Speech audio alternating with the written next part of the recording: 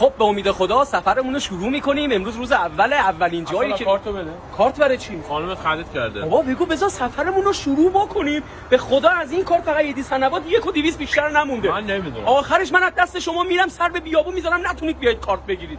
نمیذارن سفر. اومدم کویر. اینجا دیگه هیچ رد پایی از زنم نیست. یه نفس راحت تو کویر. زندگی. اصلا کارتو بده. کارتو برای چی؟ خانمت بالا کم خرید کرده صنایع دستی. بابا تو کویرم ول نمیکنه این چرا خریدو؟ بابا چرا اومدم اقیانوس. اینجا دیگه از زنم هیچ رد پایی نیست. کارتو بده بابا، خانمت بنده خرید کرده وایساد. بابا تو اقیانوس چی کار میکنی بابا؟ اینجا دیگه دست از سر آدم بردارید دیگه. بالاخره فضاپیمامون نشست توی مریخ. اینجا مریخه. اینجا حتی اگه بخوادم دستش به من نمیرسه بگه کارتو بده. اصلا کارتو بده.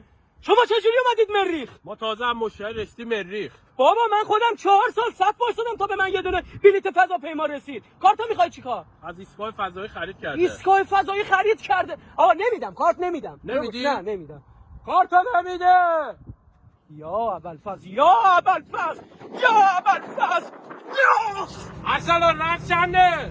1768.